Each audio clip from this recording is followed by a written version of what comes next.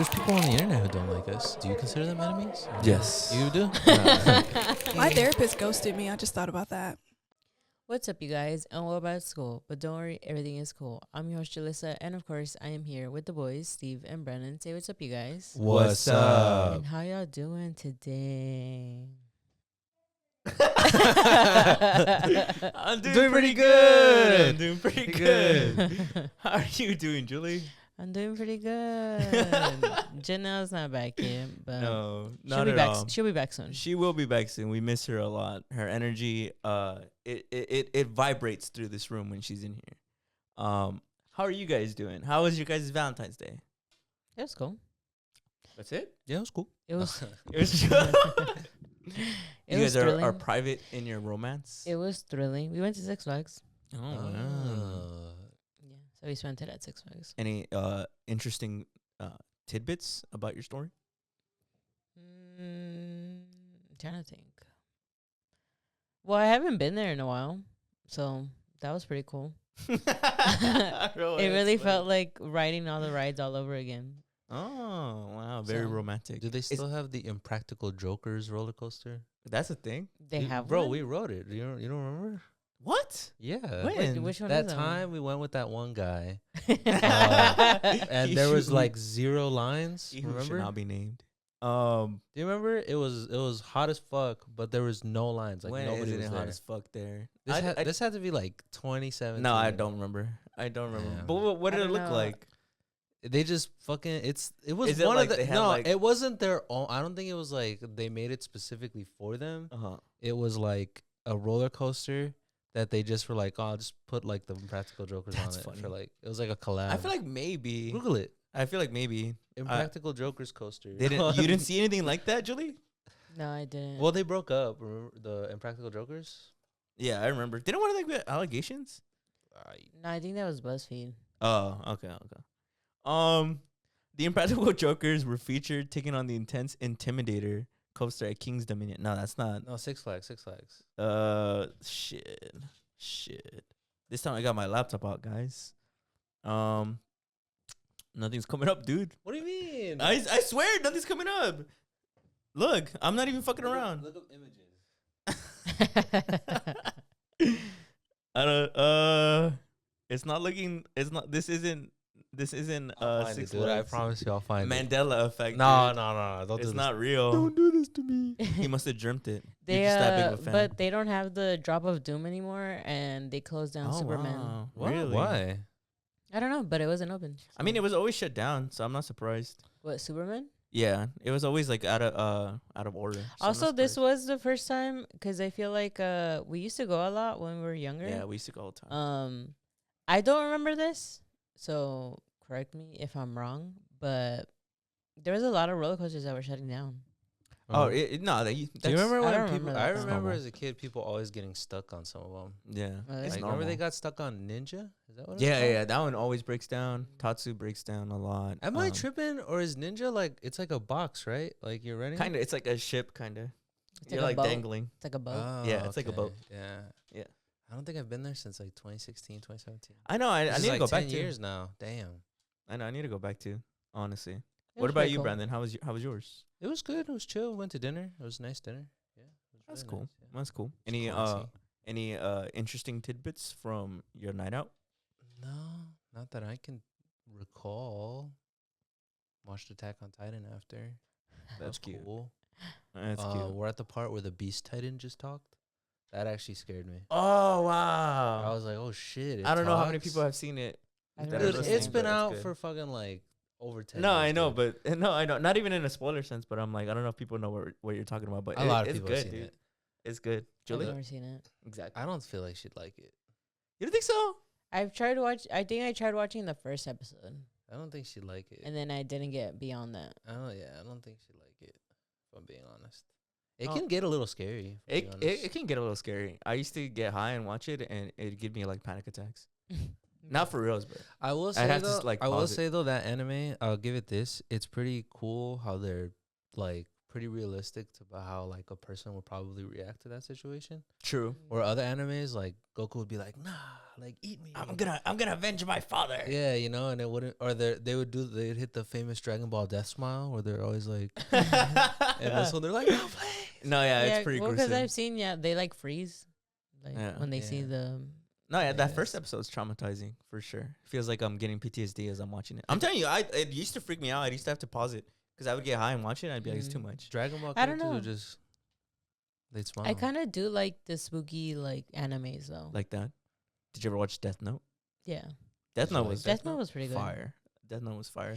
I watched this other one. I mean, it's not as good as I remember it, but I did start rewatching it. It's called Another, and it's about like it's basically about how like this school is haunted, and like each year when you get to that level, a student keeps dying and they show you how they die. So they show you like how gruesome it is. Damn. Like one of them, she's like running down the stairs, and she drops her umbrella, and then she's carrying her umbrella, and then she like trips on the stairs, and as she's falling, she lands on the umbrella, and it stabs her like on the face. Damn. Damn. Yeah.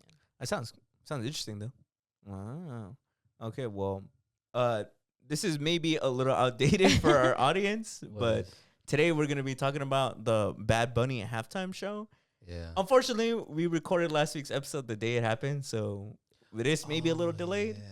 Yeah. But we still have a lot to talk about. It's actually a very thick. I consider the Super Bowl to be very significant, not in its importance, but in culturally, like what it does for the United States. Like I think has a lot of cultural impact. yeah, because I think I agree with like that. A lot of people are like the United States doesn't really have a culture because it's mainly like a melting pot. But I think that's one of the things that is very unique to the United States is the whole football atmosphere. And these past 2 years, they've done a really good job, specifically with the halftime show, of being culturally relevant. With last year, they had Kendrick Lamar, and then this year they had Bad Bunny. So I guess just getting right into it, what do you guys think of Bad Bunny's halftime show? I thought it was cool. I thought it was pretty cool. I thought, honestly, like I never really listened to Bad Bunny like that. Like I know some of the songs, but like the Powerline song, like I didn't know that's what that was about. Oh, really? Where it was about like rolling blackouts in Puerto Rico. And I thought it was cool that he got to do that there because that's a pretty significant thing to put on the public stage. I thought the flags were all cool. Like they brought all the flags and that he shouted out all the like the independent like countries.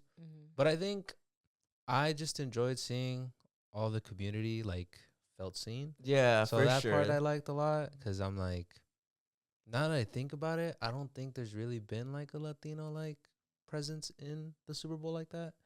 I know they're gonna say like Shakira and J-Lo, and Yeah. I don't want to like detract from that, but this felt very like intentional about that. You get what I mean? Yeah. Like, No, I get what you mean. I also think it was cool that for everybody in LA, he had Via's Tacos on there, which I was telling Julie about. That I think to me is like personally impactful because the guy who runs that place is also first gen, like Mexican American, and I think despite like how much I think like Chicanos and Mexican Americans have succeeded in just my lifetime alone since I've gotten older, I think it's something like that. I've never seen somebody reach like that high of a status that is from that background, like to be on the halftime show. Like I said, it has such a huge cultural significance in the United States to have like a first gen Mexican American, like a product of immigrants on there. I think is extremely powerful given the state of the country right now, with like the fact that literally not just Mexicans but a lot of Latinos are being prosecuted, you know, and the fact that somebody who is a direct descendant from those people to be on there on that grand stage, that's very beautiful. And I think I agree with you that like that is what I really enjoy about it too. I was definitely nervous though. I don't know why. I know, me too. I don't know. I don't know what I was nervous specific. Like I can't pinpoint what I was like. This is gonna happen or this is gonna happen. But I felt nervous. I was like, damn, what if something does happen? I feel like You know? I could feel like he was nervous. Yeah. Like I could read it through the screen. I don't know if you guys felt that. I feel like I could tell that he was nervous. Even in the, you know, that part where he's like, my name is he says his real name, Benito, what is it? Something Martinez? It's Benito something Martinez Ocasio or something. Yeah. He says his full name and he's like, I'm here at the Super Bowl because I believe in myself. You should believe in yourself too. And that part, he like he stutters and then he stumbled on his word a little bit. They do a really, it's still like impactful that the fact you don't even notice it, but if you rewatch it, you see that he like messes it up at first, and I was like, oh yeah, he's nervous. I mean, anybody would be, but it's something about that made me also nervous because I'm like, I knew this was gonna be culturally relevant and also impactful, and so a part of me is like, either A, I hope he doesn't just mess up from the nerves, or B, something weird happens. Like I thought, I guess maybe in my head I thought like, what if like some fan does something crazy? Yeah, like they run onto someone did streak, didn't yeah, they? yeah. And but like during like somebody has or like some bad white intention. dude, does or something? like something like that, or that's what I was nervous about, or like I don't know, because like, it's the first year that they had an alternative Super Bowl halftime show. Yeah, And that's why even more, I think I felt nervous because I felt like, I don't know, the hatred was at an all-time high, especially right now with people who are like, I'm proud to be like an ICE supporter. So I think a part of me was very nerve-wracking of like, I hope there's no incidents, whether through like, I guess like dumb fun, like somebody streaking, or through like politically motivated of like, I hate Latinos and I don't think they deserve the stage. Right. That, and I also, well, this is more like, I guess like a funny thing. I didn't notice Salma Hayek. I didn't notice Pedro Pascal. I didn't notice. You didn't see Cardi B in the back? I didn't notice. Like I Really? swear, I was watching and I remember my girlfriend was like, "That's Cardi B." Yeah. And I was like, Yeah. "Where?" Like, And then Karol G was there. I didn't notice them, like genuinely, and I was like, "Huh?" There's also a small thing, but I thought it was cool. They showed two male dancers dancing together, and they were like, so that was cool. A shout out to Jorge Solapa. We had him on the show. His husband was in there. Oh really? Yeah, That's dope. I don't know if you guys saw. I don't know. His husband was in there and like dancing. He was, that's he was dope. one of the Good for one of the him. guys there. So this show actually has a piece of it in Bad Bunny's performance. Kind of fun fact. What else was I gonna say? Lady Gaga surprised me. Yeah. I don't know Yeah. who I expected, but it was not Lady Gaga. She did No, cool. for sure. She did cool though. Yeah. People are making fun of her though. Why? Because they said that she she did. was going like that. She was like, I thought, but I don't know. I can't dance, so I don't even know. No, real. I like dancing. She but did I look just can't funny dance. though. She did. She looked like she was trying really hard to like move. If the world was I wanna be. Who made that song? Bruno Bruno Mars. Bruno Mars.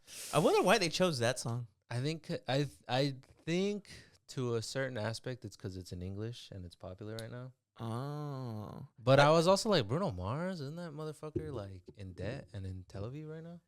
yeah. He's doing Yes to both of television those. shows. Well, I mean, people also had an issue that it was Lady Gaga because people say she's a Zionist. She Oh is. yeah. She is. Yeah. Mm-hmm. She said something like, "Let me see. Let me look it up. Let She me get basically, it." she basically said like before Tel we get Aviv. sued. Tel Aviv is like a nice place or something like that. Let me see. Before we Yeah. get sued, let me look up exactly what it is. Well, he supposedly, according to the internet, again, there was two people in the Super Bowl who are MAGA and Zionists, and that was Lady Gaga and this other girl who was with like I don't really want to mention her name because I don't think she's really that relevant. I also don't know who she is. The reason I find out is because the internet has issues with her. But supposedly she's also like MAGA and some other shit. But people didn't like that Bad Bunny brought out Lady Gaga because she's a Zionist. Allegedly. Okay, so I looked up just Lady Gaga Zionist, and these are the few things to educate ourselves and the audience. So, past pro-Israel statements and actions. In 2014 Tel Aviv concert, following a performance in Tel Aviv, Lady Gaga called the city magnificent and stated that the world's view of Israel was not accurate, describing it as a beautiful place. In 2015, she was honored with the Making a Difference Award by the Anti-Defamation League, which is often associated with pro-Israel advocacy. She had a technical collaboration in 2016 with Israeli technology teams for her David Bowie tribute at the Grammys. Recently, accusations of silence in 2024. Lady Gaga faced criticism for her lack of public comment regarding the conflict in Gaza, with some critics interpreting her silence as a continuation of her past support for Israel. And then in 2025, according to an Instagram post from July 2025, during the tour, Lady Gaga displayed free Palestine messages submitted by fans on her concert monitors. So It's very it's just past support that she's had. she's mostly. had past support for Israel. It seems like as of 2025, she maybe has become more nuanced with it by showing free Palestine messages, but she hasn't outright made a statement. So you can either give her the benefit of the doubt or not, you know. Yeah. But Yeah, I saw that too though. I saw people criticizing that. I saw Ricky Martin was there. Oh yeah, bro, that shit was so funny. I saw a meme that really made me laugh, where it's like being what's it called, flashbanged by Ricky Martin's fucking aura, because the wind picks up too right as he's singing, and then he literally is like, he looks like beautiful. Really? Yeah, you didn't see? No. Did you like the performance? I thought it was. I liked the first half. And you didn't like most of it? Well, because I don't know like the rest of the songs besides like El Apagón, which is when he's on the like light thing. But again, I think I've just had my my stuff with Bad All right, Bunny. well, let's address the elephant in the room, right? We previously had technically 2 reels, but it's just one. It's just a reel posted twice on both platforms. The one on Instagram did numbers, got like a few. It was like 2 million views or something like that. The one that you said where you were talking about Bad Bunny and how you don't trust him, and then the one on TikTok got almost 1 million views. But the elephant in the room, you have been very critical of Bad Bunny in the past. Yeah. So what is your current feelings and emotions towards him now? I feel like for sure they've changed a little bit, and like I know that this most recent album he was doing a lot more of like his advocacy, which again I guess he's not with Kendall Jenner anymore, so it's completely different. I can understand that people feel very seen by him, and I can't criticize him for that, because I feel like it really gave a lot of people hope, for sure. It's for sure hard because it's like there's still shit happening. Nothing really changed besides like people felt seen. But my opinion towards him is just like it hasn't completely changed. Like I still have my doubts, but I think that's just because of like the shit that happened, that it's like I don't think it's that easy for me to just be like, oh, I completely support him now. Mostly because I guess I get people's criticism of like who he brought out, who he still associates himself with, like he's still with brands, like he hasn't really been also outspoken, but he kind of has. Like he has slightly mentioned like Palestine, like he's always been like an advocacy about like being about, you know, Puerto Rico and everything that's happening with ICE. Like he's been vocal on that, and like I can completely respect that. But I just feel like for sure I think it's just like I don't know. I think too, like I'm not the type of person to also put like an artist like in this high pedestal at the same time. Totally. At the end of the day, he is a man. No, just kidding. But yeah, I mean, I don't know. I feel like I don't want to criticize it too much, but that's mostly because I know that a lot of people loved it and felt seen.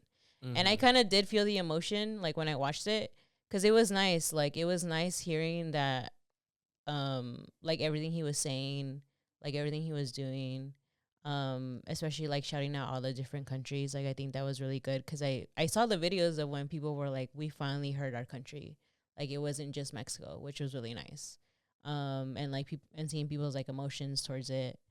But I don't know, I still have like my doubts for sure. I get you. Yeah. Mostly just because like I don't know, I think still with who he surrounds himself, like I think it's still like, I think Adidas has always been in like backlash, and then he got an award from Spotify, which is around the same time when like all the ads for Spotify were coming out.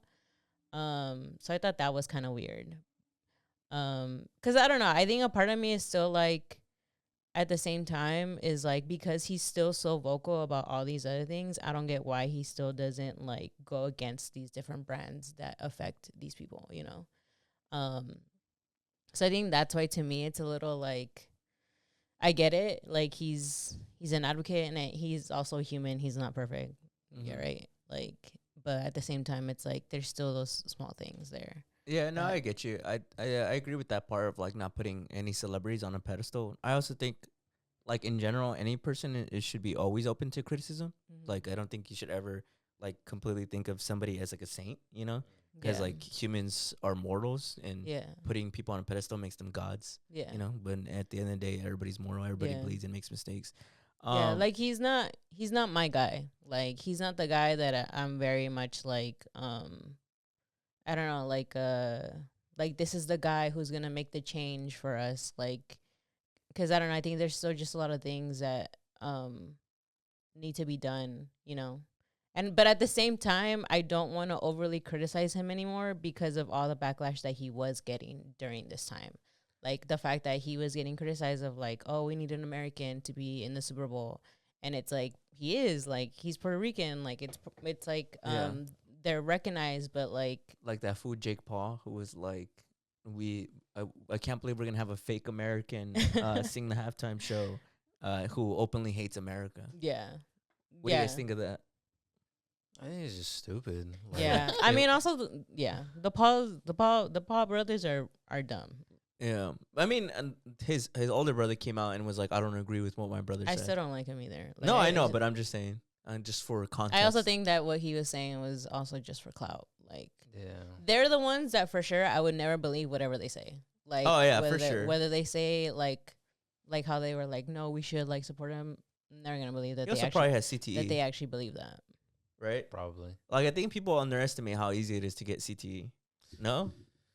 I just think the whole, like, I mean, even them removed, like, the whole criticism of him being, like, a fake American or, like, not from America. Yeah. Is so stupid. It's like, you're that racist and that's stupid. Xenophobic. Like, you know, because that's an American territory. Yeah. He is American.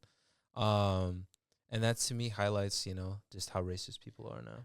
I honestly wonder, what were you gonna say? No, I was like, isn't Lady Gaga like French or Italian? I think she's French Right? and Italian. So she's also like not full, I guess, American, you can say. Yeah. Because it's also like, I was reading this other thing too, where it was like, because people keep saying, I also don't know, I haven't really rewatched it, but people keep saying that there's the part where he's singing a song and he's like, tell me if this is what you wanted, and then it pans to Lady Gaga. Yeah. And I read this like article, or I guess a post that was talking about how like it's interesting because it's like, for one, like he was basically saying like, oh, this is what you wanted, and it's an American singer, but he's like, but the deeper part of it is that she's also not really American, like she's also, I guess, French or Italian. And it kind of breaks down, like, it goes into how, like, in America, a lot of, like, Italian, if you were Italian, Greek, and Irish, at the time were not seen as white Americans. They were actually seen lower than black people. Mm. And so it just goes into, like, eventually, like, how you get seen into that whole, like, whiteness, and how there's only certain people who get accepted into being white Americans. Because Puerto Ricans, again, like, they're American, right? But they still get categorized as being, like, Latino. Like, that's what they are. They're not really, like, Americans. But yet, like, there's Italians and Irish people and Greeks who do get categorized as being white people. So, like, she kind of deep dives more into that of, like, why is it that it's seen this way? And basically, like, it goes into how, like, in history, like, basically, a lot of these, like the Irish and all that basically they kind of assimilated a lot better, for sure, of the color of their skin. But I think it's also, like, they started kind of accepting, like, white supremacy, basically. Like, they were like, yeah, like, it's something that we support, and this way that they started getting accepted more by white Americans. Right. But I thought that was interesting to hear about. It has been interesting to see a lot more of the deep dives, for sure. So, like, from the Super Bowl. how does that connect to the Super Bowl halftime show? Because they were saying that because they showed Lady Gaga, that they were just showing, like, the significance of what Lady Gaga is, of her being there. She's saying, like, Lady Gaga isn't American, but she's white, so she's not getting the same criticism as Bad Bunny. Oh, so like, if you really cared about, like, it being Americans, why don't you have the same problem with Lady Gaga that you do with Bad Bunny? Yeah, because she's not American. She's actually not American. She's Italian, right? But the only reason they're giving a fuck about Bad Bunny is because he's brown. Yeah. But you're saying that Bad Bunny mentions that in the performance? No, like, people are pointing it out. Oh, people are just pointing it out. People are pointing it out because in the Super Bowl, like, for Surface, in the Super Bowl, he says, like, oh, is this what you wanted? Oh, so he and does then point it out. Yeah, well, because in the song, that's what it says in the song. Like, I think it says, like, dime si esto es lo que querías or something. And then it pans to Lady Gaga singing the song, right? And people were saying, like, It more goes into when people were like, oh, he's only going to sing in Spanish and this and that. Interesting. And so then he kind of gave them what they wanted, which is like having somebody sing in English, which was Lady Gaga. But then, yeah, like the deeper is that, like, why is it that, like, there's a lot more criticism from that Bad Bunny is like doing this, but Lady Gaga, who is supposedly supposed to represent the American, right? Because she's singing in English, but yet she's Italian or French or whatever. Mm-hmm. So is it like, why is it that, like, they're accepting her, like her performance, but they're not accepting Bad Bunny's performance? I see. So it's deep, is what you're saying. Yeah, that's cool. Which I thought was really cool. In the post for sure, it like it goes in more into like more in detail of like how, like the history, like all the facts about like how it happened. It's actually called Bad Bunny Exposed the Lie of Whiteness with Lady Gaga. Interesting. American acceptance is political, and then it goes into like the sort of like message and the representation, because at the same time, like Italians, Irish, and Greeks were all immigrants. So why is it that those specific immigrants are accepted, but when it becomes like a brown immigrant, those are not accepted at all? You know, so it kind of it went into more of like a deep dive on it, and I thought it was really interesting. That is interesting because I didn't think about it either. But I wanted to touch up on, what did you guys think about having the performance be all in Spanish, except for I guess that part, the one where Lady Gaga says, because people bring up that, I mean, we have the technology and the ability to put subtitles. Do you guys think it was a benefit to have it all in Spanish, or a detriment to not have at least subtitles? Because people, so I'll elaborate more, because that's kind of leaving you guys in the dark. Some people were saying that there should have been subtitles, so that way the American audience in English, not in a white supremacist way, but in a way so they can understand what he's saying. Because you know how there's like specific lyrics to talk about like what's going on in Puerto Rico and the importance of like bringing that up. Yeah. People were saying that it would have been extremely impactful to have like literally all the millions of people that are watching to like understand the situations of what Puerto Rico, what is going on in Puerto Rico, and also what Bad Bunny is basically saying. So what do you guys think of that? I don't know if I fully agree, just because I feel like, well, like with the taco stand, right? I saw that their lines are around the block, bro. Yeah, you know what I mean. And I feel like I told you we should have had it before, bro. But I mean, no, I saw it yesterday. But I mean, like, they didn't need like subtitles for them to get that, right? Yeah. Or like even the marriage, right? It's been coming out that was a real marriage. It right? was, wow. But you didn't need subtitles for that. How beautiful. And so I guess the way I'm getting at it is like El Pagón, right? I'm like, I think it's more like, if the way it's going is like, you go and do your own research, like about what that's about. Because I don't know. Yeah. I guess to me, I'm just like, I don't know. I think at the end of the day, it's like, do they really need to translate fucking everything for you? No, yeah. Because I also felt like... I can see that. I don't know. I think at the same time, like, I think specifically for this, it was a lot more easy for people to understand. Even though, I mean, I get it that it's in Spanish, but I think it was a lot easier for people to understand it because of the fact of, like, how big it is, and everybody's going to talk about it. Like, you're always going to hear a fact about something that he represented. Because, like, for El Apagón, like, you guys didn't know that, but like I knew that. Like I knew what the significance of that like was. Like if you watch the music video, it's actually a documentary. Yeah. Like it's actually him going into it. Like, and even then, like, I don't know. At the same time, it's like learning new things, you know.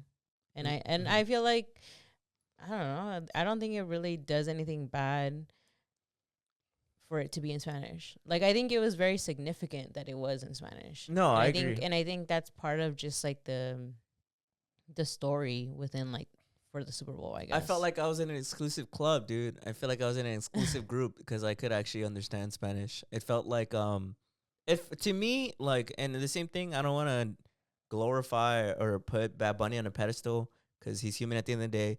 But to me, it did feel very impactful as a Latino watching it because I was like, wow, this feels like it's for us. Like it generally is. And I think it's important because I think Latinos within themselves are very discriminatory towards other nations. Yeah. Right? You see it all the time. We had like a reel that went fucking viral where I'm explaining the beef between like Mexicans and other like Central Americans. And I think to me, it felt very impactful in the sense where I felt like I was welcomed. Where it like the fact that it's in Spanish, it's like, this is for you. Like this, well, I don't know if you saw that. I hit myself. But this is for you. Like, this is literally for all the Latinos out there. And I also thought it was cool seeing all the performancers on social media posting, like, their footage after. There's, like, this guy crying who was holding, like, I want to say it was the Guatemalan flag. I'm not entirely sure, so sorry for any. I don't think it was. No, it wasn't? But there was a guy crying who had, like, his flag up, and I thought that was really cool. Or all the videos of people at home who, when, you know how at the end he calls out every country by name? That was cool, like, people having, like, a viewing party. I saw people at, like, playing at the club. I saw people playing at the bar. Like, I think that unity to me does speak volumes and does do some real world value to the community. Like, I get that, like, obviously like it's not as impactful as, I don't know, spending $1 billion on like programs or something that'll help like people in low income neighborhoods in these countries. But I think it's impactful in the sense of like, where there's so much darkness, it's nice to have some light. It's nice to feel like you can celebrate and feel welcomed. And I think that that's something unique to Bad Bunny and only could have been done through Bad Bunny because he is that artist, because he has that pull, because he's relevant right now. You know what I mean? Yeah. And also there's so many other Latino artists who just don't give a fuck about stuff like this. Like, there's just overwhelmingly so many more artists that don't care about this stuff. So to me, I guess like my big takeaway is I think that there was honestly a lot of influence, because I think representation also matters. And I think that with this performance, I'm so sure that there's so many little brown kids out there who saw it and felt like they belong here as much as anybody else in this country. They belong here, whether it's like they're immigrants themselves or they're first gen or they're fucking sixth gen. They feel like they belong here because of that performance. And I think that speaks volumes and has real world impact. You know, I thought it was beautiful. I thought it was really cool. Like I said, I'm not trying to glaze like crazy, but I do think there was like a lot of goodness in. Well, I think it's an important win to have right now. Yeah. Like, it's a big win. I think it's very like, I think it was needed. Like, in general, I think just having. Like I said, like I get what you mean, where it's like, I understand that there's still a lot going on and this doesn't erase anything, but I think it's nice to have something that isn't a complete tragedy in the news surrounding the community. Totally. You know what I mean? Yeah. Like, so that's what I enjoyed a lot. Yeah. I mean, there's for sure a lot of things that like are pissing me off that are coming out of it, which is like, I don't know if you guys heard, but it's like this. I guess the performance is getting like investigated for how like. Oh yeah. I did hear about that. How like, what was it called? Provocative it is that like, I guess they were showing people grinding on each other, and I'm like, so y'all are gonna investigate this, but y'all aren't investigating what's happening with the Epstein files. Like, that is literally because that was their claims, that because it's so like that they're like dancing on each other and this and that, and that there was families watching, so kids were watching this and blah blah. And I'm like, there's literally people in office who literally harmed kids, and you guys aren't saying anything about them. Like, I don't know. No, she was pissing me off because I'm just like it's literally just a fucking performance. Like, that's all it is. Like, you guys are really just mad because he's a Latino man that like performed in the biggest stage and he sung in Spanish. Like, that's really all it bothers you for. And now all of a sudden you guys are gonna investigate it. Like, I think it's so stupid. We haven't touched upon it that much, but it's because I didn't watch it, and I'm sure you guys didn't either. But the alternative halftime show, did you guys see clips of it? What's it Turning called? Point USA? Turning Point USA? Or the Kid Rock halftime? Yeah. Are they the same thing? I don't think so, huh? Yeah, they are. He was like, I think the headliner. I think he was the headliner. He was their answer to Bad Bunny. Like, y'all have Bad Bunny. He has a song about statutory rape. It's in Osmosis Jones. Oh, is it really? Yeah. Oh, it is in the end credits, right? No, it's when they go into like the club scene, right? I thought it was in Osmosis Jones? Yeah. I know what you're talking about. I know it is in that movie. I think it's a part. I've seen it. I haven't seen it in a minute. I think it's the part where Osmosis Jones and like the Tylenol cap. They're going into like a club to like investigate like germs, and he's like a germ, like singing the Kid Rock statutory rape song. Yeah, he literally says that too. Yeah. Some call it statutory. I call it mandatory. Right? An actual lyric from that fucking song. Yeah, which is crazy. But this is the God-given, the God-loving. I also saw a bunch of people dropped out.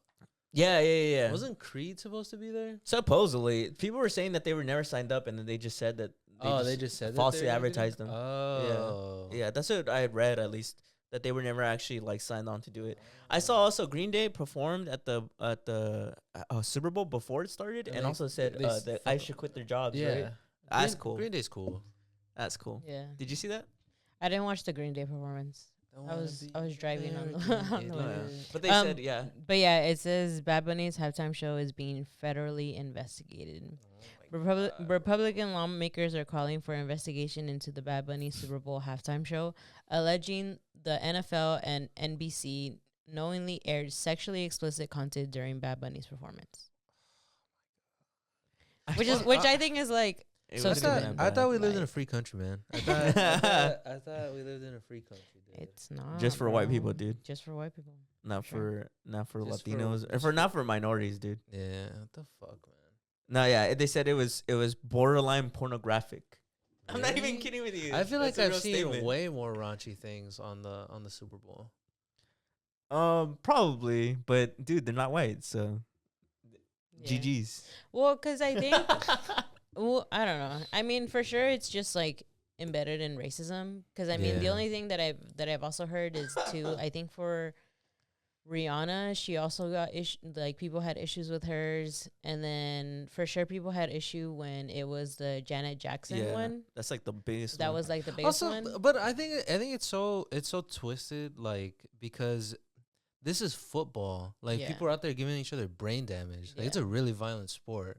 But you draw you draw the line at dead ass. That's okay. Like we could show this insane violence, but God forbid they do a little dance. Yeah. Like dead ass. Like there's these guys are literally out here giving each other brain damage. Yeah, like I don't know. Like literally shaving off chunks of each other's brains. But that's profitable. Like you see that's making them money. So. But I mean, Bad Bunny made them a shit ton of money. They got a shit ton of views from it.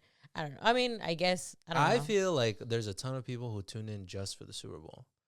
Yeah. Like you mean the halftime? I mean, the halftime. Yeah. In a way that I haven't seen in a while, where it's like, oh shit, Bad Bunny's performing.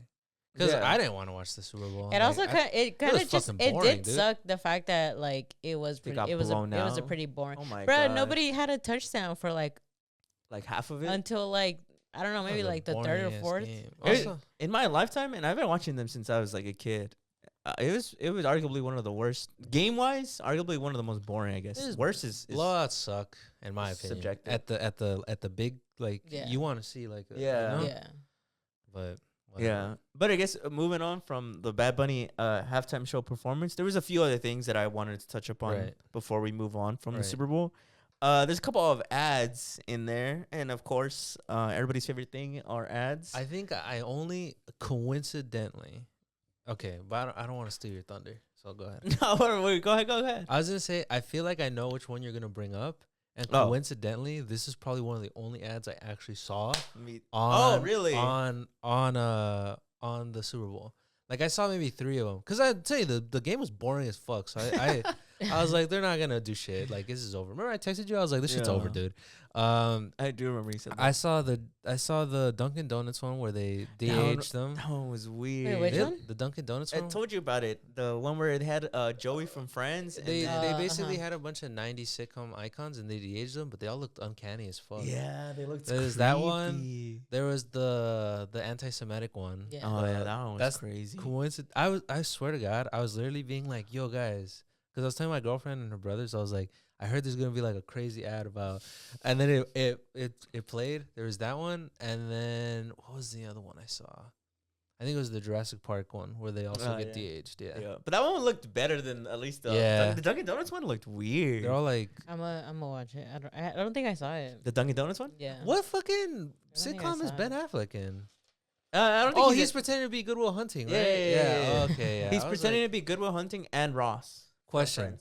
Mm-hmm. This is something I've always wondered about the title of Good Will Hunting. I don't look it up because I don't want the answer either. Is it like saying good, like good job, Will Hunting, or is it saying goodwill hunting, like they're hunting for goodwill, Yeah. or is it both? Everybody talks about that actually. Is it both? That's a common question. I guess it's for you to decide. Is he what is it for you? Because his name is Will Hunting, right? Yeah. I think it means like good boy Will Hunting. Oh, I always wondered that. But I was gonna talk about the like most famous one that I think had everybody up in arms. It actually caused for them to discontinue their partnership with this, but the search party ad where they're looking for the Ring camera. yeah, the Ring camera Oh, with the dogs. yeah. I didn't see it, but I saw it afterwards because everybody was talking about it. I don't know if you knew this, but because of that, the Ring camera actually stopped their partnership with like surveillance company that they were working with. Oh, really? Yeah, let me look it up unless it's misinformation, but This one. Yeah. See, that's Whitney from yeah, that one. from what's it called? Why am I blanking on the name of the show? I'm blanking on the name of the show. But Oh yeah, Amazon's Ring ends deal with surveillance firm after backlash. Well, my voice cracked. I feel so passionate. I about know, dude. They're Every both- fucking day. Backlash. The decision cancels a deal announced in October between Amazon's Ring and Flock Safety, a firm that operates a network of cameras and license plate readers in the U.S. used primarily by police and law enforcement agencies. Yeah. Really? So they ended it like immediately, basically? Basically, once the backlash hit, Damn. I mean, it goes to show you that speak up, guys. Like if you fucking hate something, might as well make your voice heard. I also don't trust it. I don't think so. That sucks because I remember watching that. I'm like, damn, I have a Ring camera. Do you really? I mean, they're cool. Like, I actually really like them. Like, because you could look at it on your phone. Like, if I could, like, if I wanted to, I could just be like, oh, what's going on at the house, and you know. I mean, I believe you. I think they seem convenient. No, but for when I saw the dog thing, I was like, holy shit, that's kind of crazy. I think in general, security cameras like are very convenient. Like I think you should use them. But I think it's more interesting that an ad would run trying to trick people to buy something in order to make the nation more surveillance. Yeah, That's like that lost all my faith in that. I don't believe them at all that they canceled this partnership. I think that they probably still have it, but it's low key. And I don't think that's a conspiracy theory. You can call me crazy. It's not crazy. Come on, it's 2026. You guys are the Epstein files. Don't fucking trust anybody. At least don't trust big government and corporations. No, yeah. Trust your friends, maybe. When I saw the ad, I was like, I actually missed This this sounds one. weird. I don't know what I was doing. I didn't see I it. actually saw it. Yeah, I actually I saw was this. playing- I one. didn't see this I was one. playing Fortnite and my friend was talking about he was talking about the Ring camera. And I was like, what are you talking about? And they were like, the dogs, dude. They're gonna help you find the dogs. And then I had watched the thing and I was like, oh, I see. That's funny. Did you see the unity of like that Mexican family and like the white family commercial? No. No, Rocket Mortgage. You didn't see that one? Dude, I really was in and out of the Super Bowl. Like, Oh, really? I like watching the commercials more than I like watching the game sometimes. I just found it so boring this year, dude. I'm getting old. The commercials, dude. I always find the commercials entertaining because I'm like, every commercial spent millions of dollars on this. Let me see what they fucking have. Oh, you know which other one I saw was where they have the Backstreet Boys, the karaoke. The Coinbase Yeah, one? Coinbase, where it's like I think so. Where it starts, where it's like karaoke. Yeah, and I remember I was me and my girlfriend's brother. We said simultaneously. I was like, "Damn, somebody got paid millions for that shit," and then they just fucking, you know, like, fuck, dude. It's crazy. It's crazy how many AI ads were there. Yeah, Yeah. yeah. Right? But I guess that's the thing too. Is I don't know if when this happened, but they started releasing the trailers, not the trailers, the commercials Ads. before the Mhm. actual Super Bowl. So I seen a Capitalism, lot of bro. them. Yeah. I always I do really enjoy the ads. I know that sounds dystopian and capitalist of me, I do, but but I do enjoy the ads. So I always avoid seeing them before the big game because Oh. I want to see them live. I remember like critiquing when I them. was younger, being hyped for the Budweiser commercials because they had the horses. Oh Did they do yeah. one? This year was like a sad one too, right? It was. I don't know. I didn't see. And then the Doritos commercial because Doritos usually does something. Oh yeah, crazy. true. Yeah. Did they do anything crazy? Yeah, they not Doritos, but Budweiser. Yeah, they had What like a was it sad sad? horse one. What happens? I forget. Honestly, They had to like put down the horse. I thought one that was cool. I think it was. I don't know, but it was one talking about how 1 in 2 girls quit sports because of bullying on their body type, and it talked about how to like encourage more little girls to like, I don't know, basically just be nicer to them. Is basically the ad. You know which other one I thought was? I mean, I guess it's not funny, but like I was like, what is this? It was Mike Tyson talking about how he was fat. Oh yeah. And he was like, I was a little pudge, and I was like, Oh yeah. He's like, I was fat. and I was eating ice cream like That was terrible. Yeah, you didn't see that one. You didn't see that one? He's just in the camera and he's talking about how he was fat, and Yeah. and then I think the commercial's about like eating better or something. I don't know who. Yeah, did me it. and Patrick were laughing about that one. Yeah, I was like, what is that one about? Yeah, I don't know. It's Yeah. interesting. I guess the last one we'll touch up on is the anti-Semitic one. That one's interesting because I'm not, unless it needed to be said, I'm not anti-Semitic. Right. So I agree that obviously you shouldn't hate any minority group. But I think what was like to me where I felt like it was inappropriate and problematic is when they had the black kid come in and say like, "Oh, I know what it's like." Yeah. Because those situations are nothing alike. Yeah. And I think it's inappropriate and offensive to even say that black people that they suffer as much as black people do in the current climate, Right. because they don't.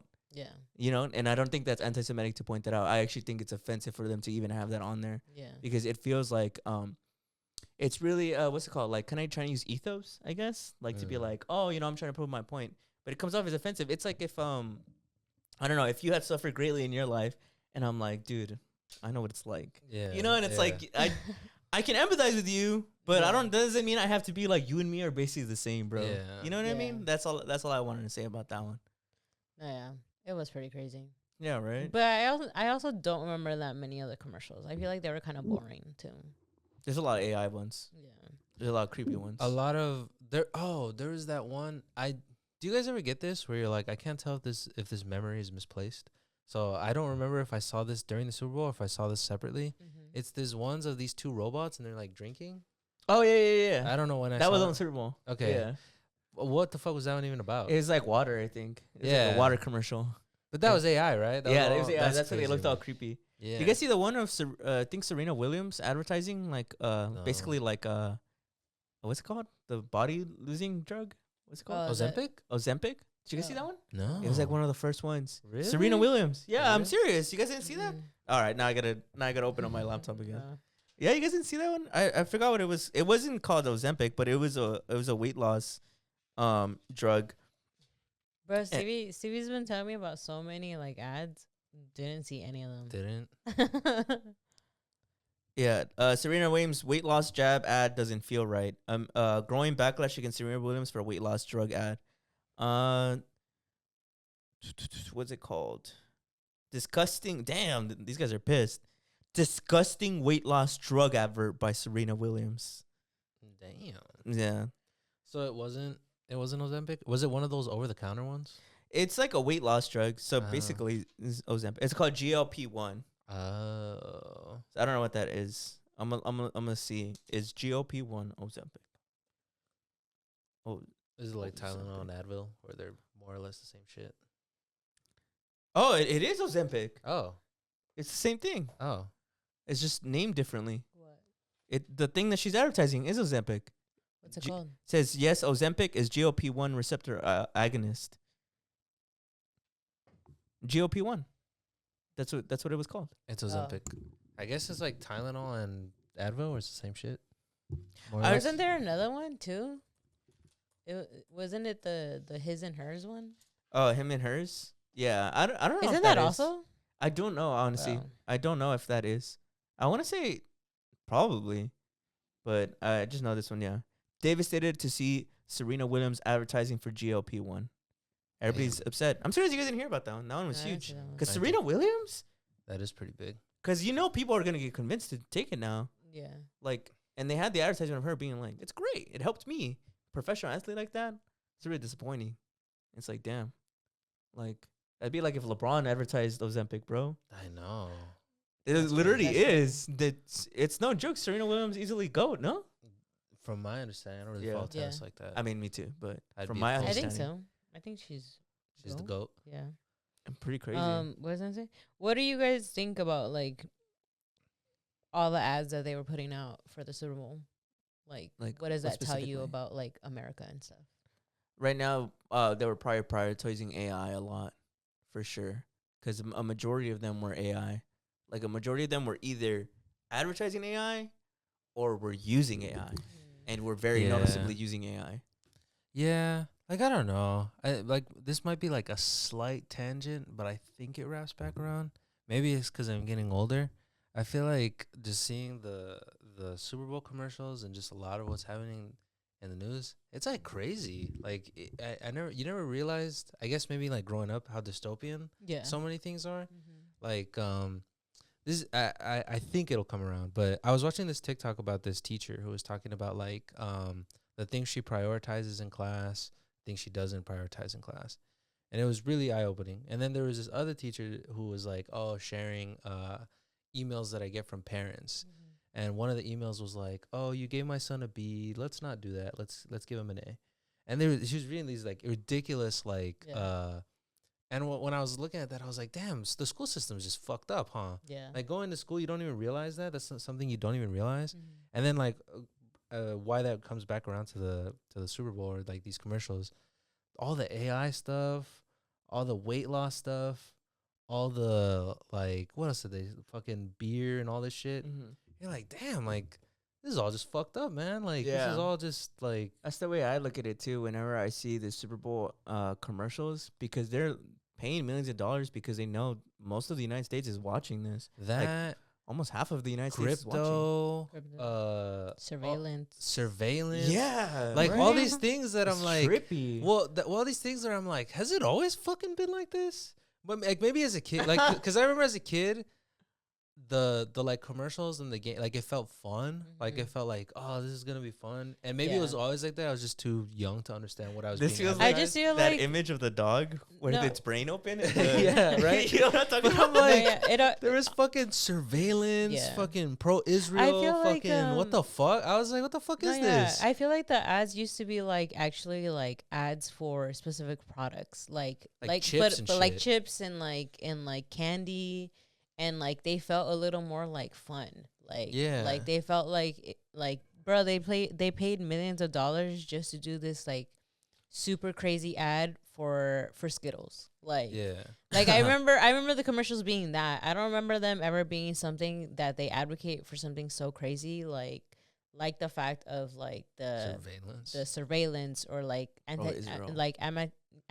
the what do they call it, the blue box or whatever, that's what the internet is calling it. Like, I never remember seeing those ads, but I always remember seeing like the Bud Light or like the Corona commercial or whatever, Doritos. Like the Doritos commercial, like Coca-Cola. It felt like they were like fun, like funnish like commercials. It felt like fucking Blade Runner, where they have all those fucking dystopian ass ads where I'm like, what the fuck is going on here? Like, what are you trying to sell me, dude? I will give a quick shout out. There was one commercial that was pretty fun and was chill. Was the Pokemon ad? Did you guys see that one? Oh yeah, the Pokemon. The Pokemon was actually nice. No? It's like Lady Gaga singing with Jigglypuff. Oh yeah, it was cute. It was simple. That's all. That's basically all it was. And then it just said Pokemon. It wasn't like go buy Pokemon or like new video game out. It was just Pokemon. Because do you remember also another thing? Do you remember the Doritos commercial where there's like a time machine? Oh yeah, that was like a fan made one, I think. Like, it was like it was like part of a contest where like people like pitch their. Oh wow, that seems fun, right? Yeah. Like just selling fucking chips and shit. Not anymore, bro. And it's like, you want to get surveillance? Like that would be awesome. I mean, you want to do your American duty and make sure that you're keeping an eye on everybody. Big Brother. It's just what the fuck? What the fuck's going on here? Make sure you love Big Brother. It was just weird because it feels very like. I think for me, it was just like, damn, like these people are the ones who have like rich money. Like the fact that Ring put that ad, the fact that there was like the anti-Semitic like ad. That these people are the ones who are now starting to come out and like have a shit ton of money to be promoting themselves at the Super Bowl. Yeah, well, it's gotten more expensive. That's why too. Well, I think another thing too that I also am like, what's crazy about it is I'm like, where do they get such fucking balls to be promoting this shit? Like, what happened to the whole like we haven't revolted? We're subtly surveilling. They put a fucking ad out about it. I don't know. Well, they thought it was subtle. Yeah, because it's about a cute dog. I'm just like, how stupid do you think people are? Like genuinely. I think they do think people are really that stupid. I don't know, dude. I feel like a lot of those commercials were gross. I think, yeah. I mean, specifically going back to that one, I think they generally thought the dogs were going to distract people. Like, they were like, bruh, people love dogs. Like, right? People only have dogs right now, and, like, that's all they care about. Like, they're not going to notice, like, this highly, like, surveillance shit. Like, yeah, I don't know. No, totally. It's just weird because I guess I get what you mean, where it's like the Super Bowl in a weird way is kind of like a snapshot of where the country's at right now. Yeah, it's looking a little it's a rough. crazy time. A little rough, dude. The ads were better this year though than last year. Last year was all crypto. It was all crypto. All crypto. I remember nothing fucking even remotely interesting. That was all the craze last year. Yeah, but that's about all that I had to say about the Super Bowl. Yeah. I mean, I still had one more thing that came out about it. Let me hear. Or something new that I actually found out this year about, I guess, kind of the Super Bowl. I actually heard that people were coming out saying that there's a rate of domestic violence during football. So it says, although studies show a 10% or more increase in reports on NFL games, particularly after unexpected losses, it is a myth that it is exclusive to the Super Bowl. Rather, it is a factor for it is a risk factor for, not a cause of violence. So what that means is that it's more of like the trigger effect.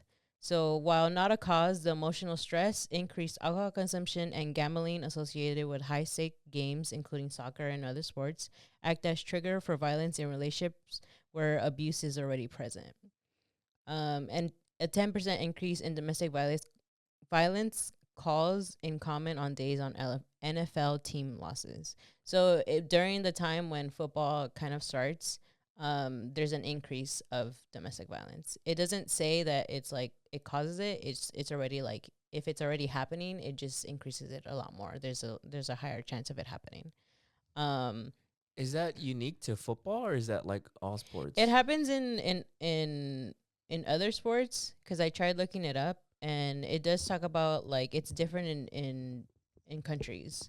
So like oh wow, yeah, really? so like I think in soccer, which is like it broke it down. So in England, reports of domestic violence rise by 38% when the national team loses, and 26% when they win or draw. Regional spikes during the 2010 World Cup, Greater London saw a 33.9% increase on lost days and a 27.7% increase on win days. Alcohol-related domestic violence incidents can surge by nearly 50% following an England win. So it kind of, and then it even went into like Australia and like rugby. So New South Wales experiences a staggering 40% surge in domestic assaults on game day nights. Damn. So it's very like different in different places, but I guess here it's prevalent more in NFL. It isn't. So basically, what you're saying is it's not a cause, but it's a definite trigger. Yeah, it's a trigger effect. Crazy. So it's like I just thought it was interesting because I mean there was that myth in the beginning where people said that it's because of the Super Bowl. Yeah, it's because of the Super Bowl that it increases, but it's actually that during the whole time of the NFL season is when it happens. So usually like the NFL Sundays is usually when like they'll hear something. For sure, of course, it's like different factors of like there's alcohol involved, there's gambling involved, and so even more because of that it increases. That's crazy. So like, and just like based off what you said, I wanted to look up like what has the biggest like white demographic fan base in the U.S. in terms of sports. Number one is NASCAR, makes sense. But number two is football, is the NFL. Says that overall the fan base is more racially diverse, but white Americans still make up the majority, roughly 60 to 65% of fans, which is interesting because the country tries to paint it that minorities are the ones that are violent and here to harm American women, right? Yeah. But the biggest demographic of people who seem to cause DV is white Americans who are football fans. Yeah. And then just to like, I guess, repeat this part again. So recent data from 2024 and 2025 confirms that major sporting events serve as a significant trigger to domestic incidents among the general public. The upset factor. Domestic violence report increased by roughly 10% on days when a local NFL team experiences an upset loss, an unexpected defeat. Super Bowl Sundays, consistently cited as one of the most dangerous days for survivors, with 2026 reports indicating male-on-female violence rise by over 10% following the game.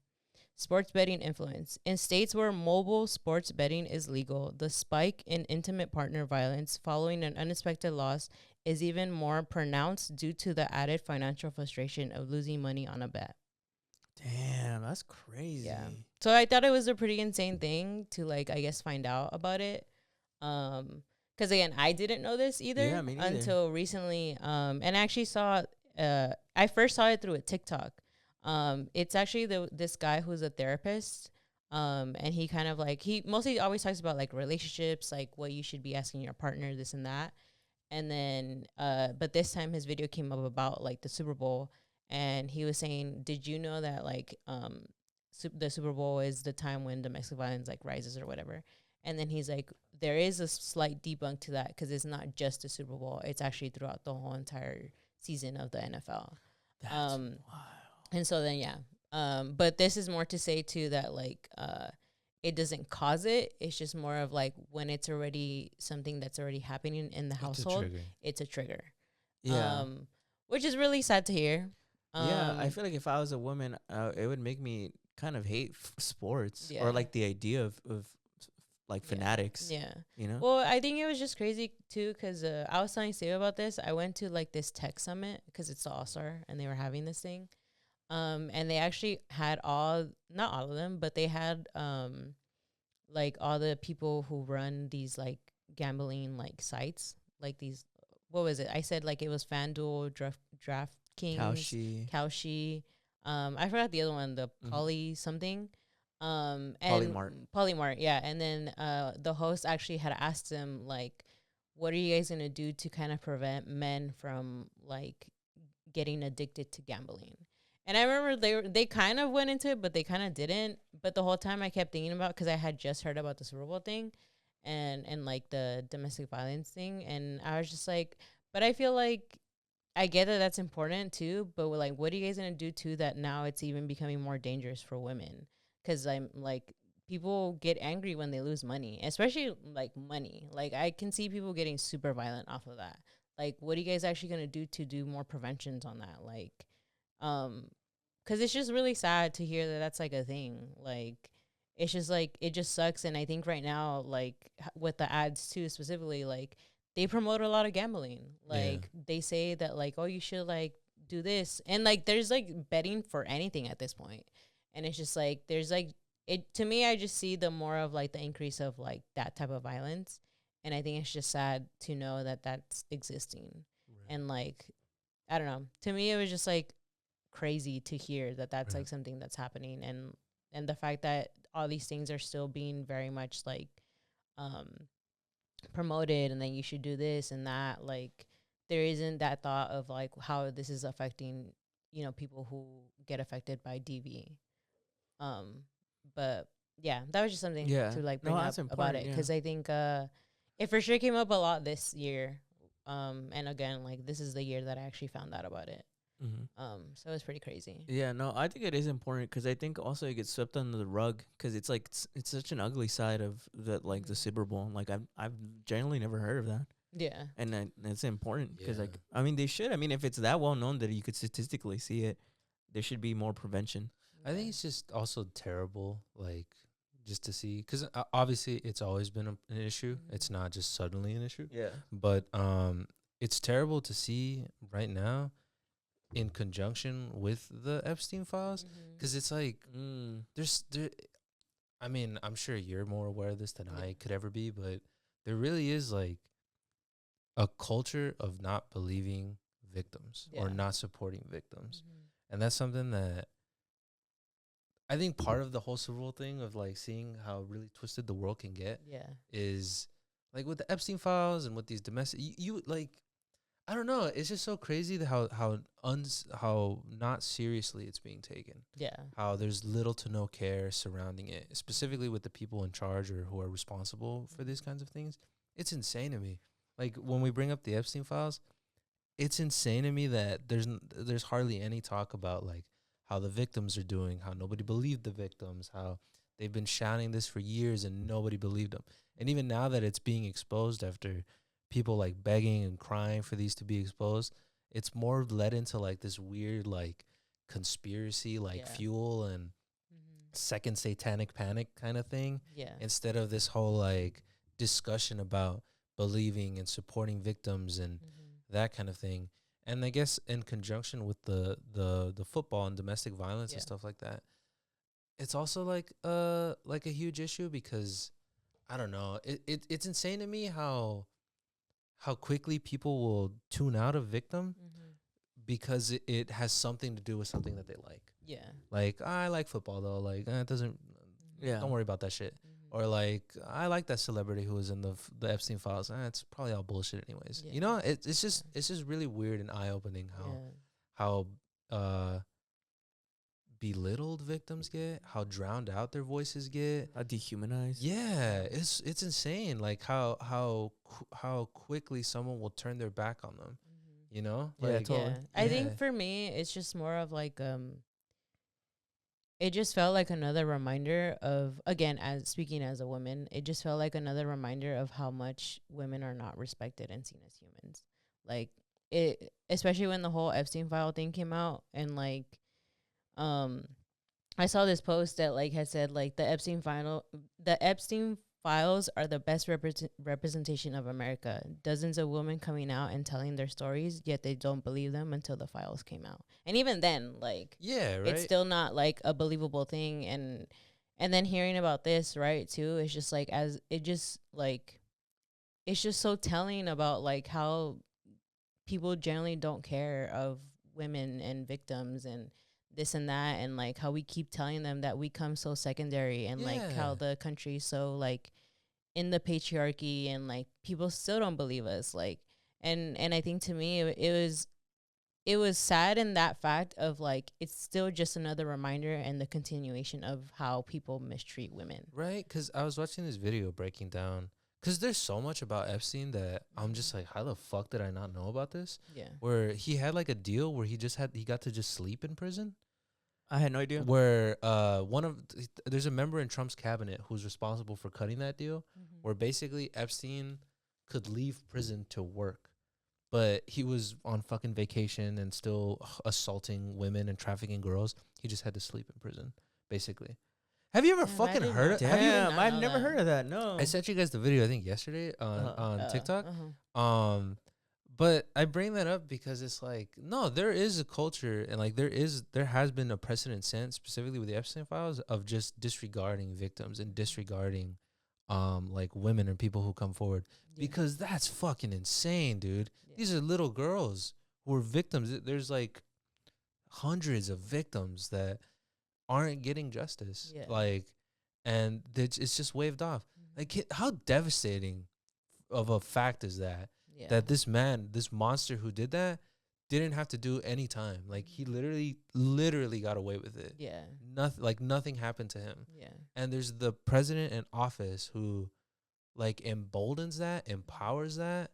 It's just, I know, right? Like, redacting the names of people who were the perpetrators. Yeah. Right? You know, predators. Like, it's just such a deeply layered thing, because, like, I know that they're separate. Like, I understand that the domestic violence but here, it's all connected. But it's connected in the sense of like, no, there's really a huge issue with people not believing victims and not taking them seriously whatsoever. Because you would think that, just, I mean, you know how people like to pretend that they care about certain issues? You would think that would get a huge rise out of people about like, wow, there's a huge problem with domestic violence and like assault going on, but next to nothing. Like people don't want to hear about that. No, yeah. I just feel like it's to me, it's like in a way they kind of connect mostly because it's the very much of the over sexualization of girls and women. Right. Like I think with Epstein and finding out that basically everybody is in the files, like it's just like it feels like in America, like that was the thing. Like that was what influenced like the beauty standard of women, like how they should look, how they should dress. And I just feel like they kind of connect in that of like, it just shows that since forever, it's always been that they've always seen women as secondary, as this thing that you can just use as this thing, as things, as like objects, as like as people that we shouldn't care about, that they're experienced this violence. Like we've been so, because it's in the fact of like people don't take domestic violence that serious. Like people don't understand like how hard it is like to leave, or how hard it is to be in that situation. Like people don't understand like how it affects people. And I think that's why to me it's just like that's how they kind of go in hand of like people have kind of, not that I guess I guess you could say like they've been okay with it. Like they're kind of like oh, it's just a thing. Like especially with the amount of like you bringing up like the whole like the issue of leaving. I think it's also important to note too that like it's difficult, and then even the like combine that with the scrutiny and hate that people get when they do come forward about like the abuse that they're facing, of like, nah, like you must have been tripping, or I know so and so, they would never do some shit like that, or no, like, you know, like even with the Epstein file, like those monstrous things that they came forward and were brave enough to talk about. There's still so many people like, nah, like that, nah, they're just tripping. They're lying. Like he's rich. Like she just wants money. All these things, and it's horrible. Yeah, like it's horrible that that's a culture that exists at all and is like empowered in America. Yeah, like it's scary, dude. It's really scary. It's unnerving. I mean, I know that was like a lot, and I should have given a warning in the beginning, but I just feel like I think bringing this up is just very important to know like what's going on, especially like again, like I think this isn't to like what's it called, like I know that the world is already crazy, and I know that this is another add-on to like know about it, but I think it's just to bring awareness of what's going on, for sure, and like the importance of like what is actually happening, and that we should continue to believe victims, and especially women and anybody who falls into this, because I think the stats are there, the facts are there, like it's all there. It's just like it's just so sad to think that like this is what people go on through when people say like, oh, we should go to sports and we should be enjoying and like forgetting about what's in the outside world and this and that. But it's like there's so many things that it's like the sports are political thing. Yeah, it's just like there's like so much, there's like still so much in it, you know, like. And I think that's why, I don't know, I think a part of me is very much like, it's just insane. Because it's too, like, even with, like, athletes and how they are also involved. A lot of them do DV. Yeah.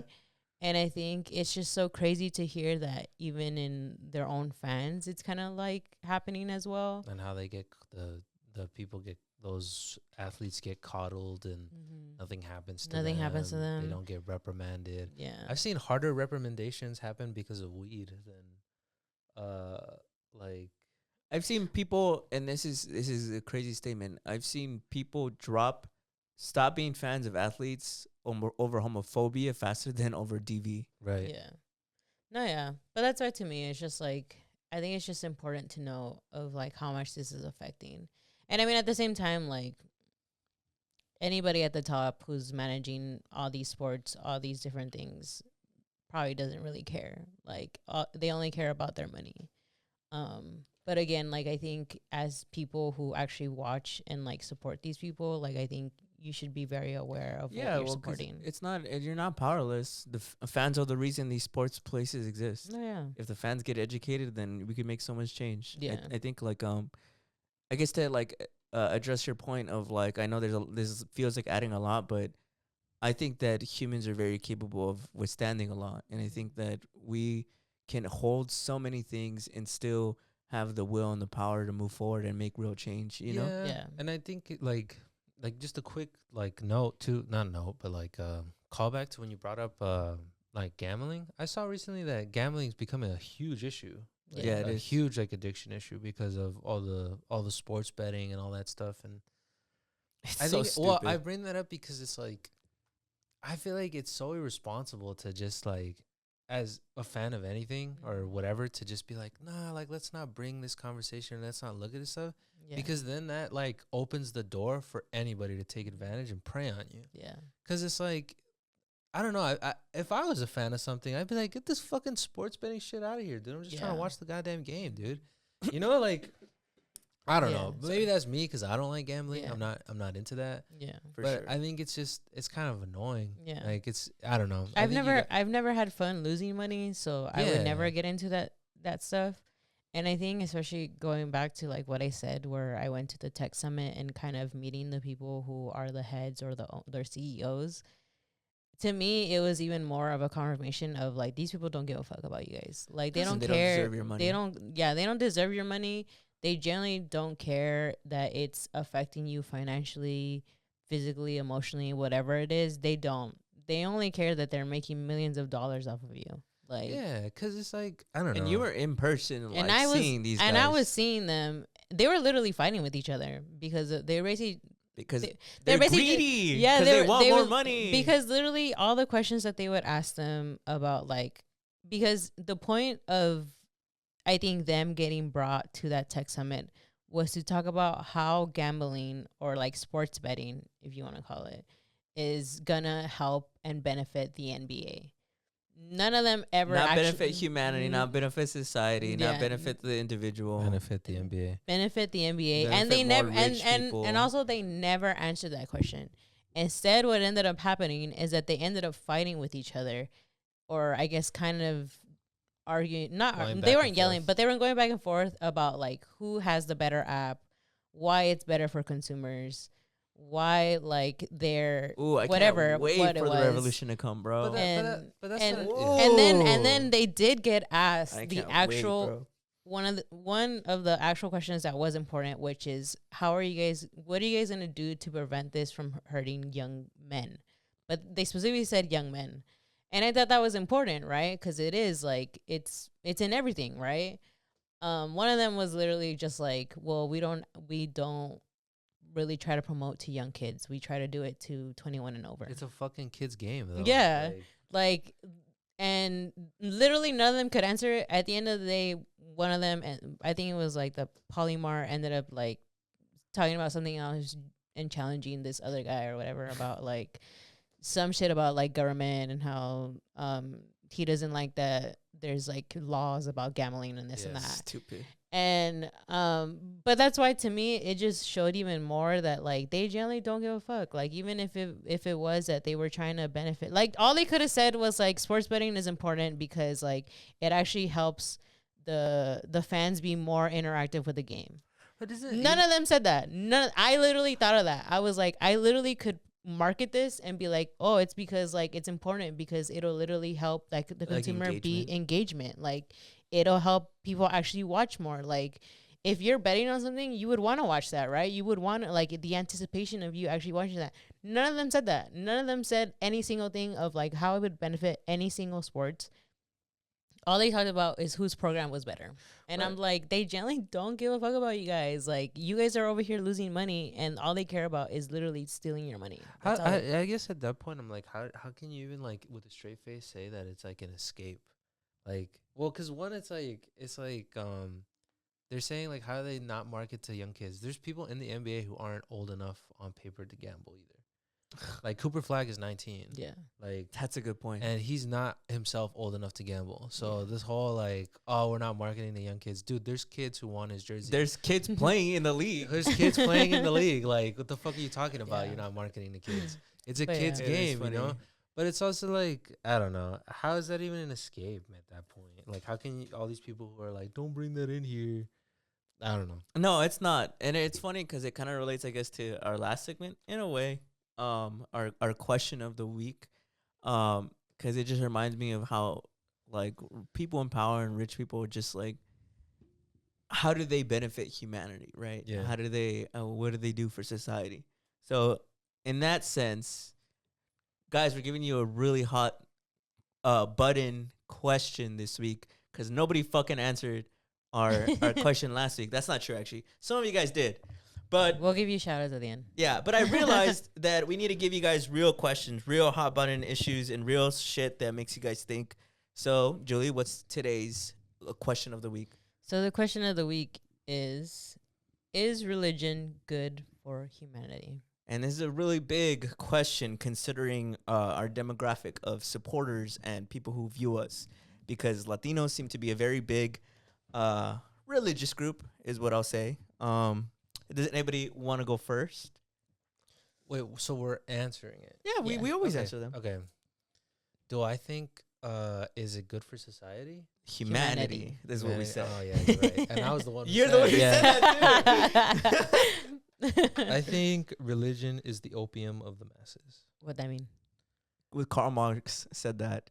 It's like, he's basically saying that, like, you dive into religion to, like, distract yourself in a way.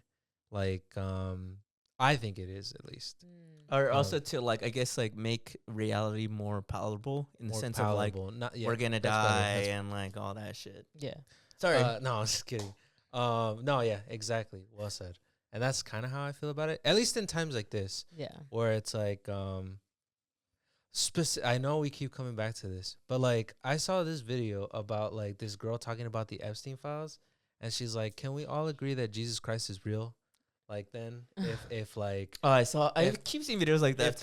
if there's like, if these rich and powerful evil people are worshiping the devil and this and that means Jesus Christ is real. I just think that's such a, like, No. insane, like, response to have to those, Yeah. to immediately turn to, like, But if God was real, how come he didn't save these kids?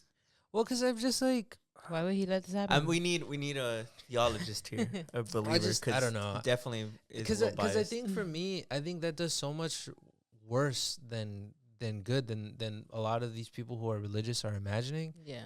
Because it's like, you're not offering any sympathy to the victims. You're not calling for justice. You're not going for support for them. You're not saying, like, we need to reform. Like, you know, it's just Yeah. immediately like, it is what it is. let's all go to Yeah. church. Like, that's what I think we should do. No, you know? yeah, because I think it's super annoying because it's just like, especially with everything going on, right? Like all the kidnappings from ICE, like it's just like, oh no, like we'll just pray for it. Like we'll just pray for like a better time. And I'm just like, no, like I want you to go outside and go fight. Like I want you to like speak up and say like this is wrong. Like we shouldn't be allowing this. Like I want you to do something.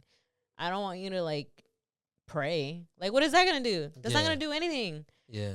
It's not real. Like Yeah. it doesn't really do anything. Like I get that like we've talked about like manifestation and that's completely different. Like that's actually Yeah. you doing something to get what you want. Can I put a note in our question?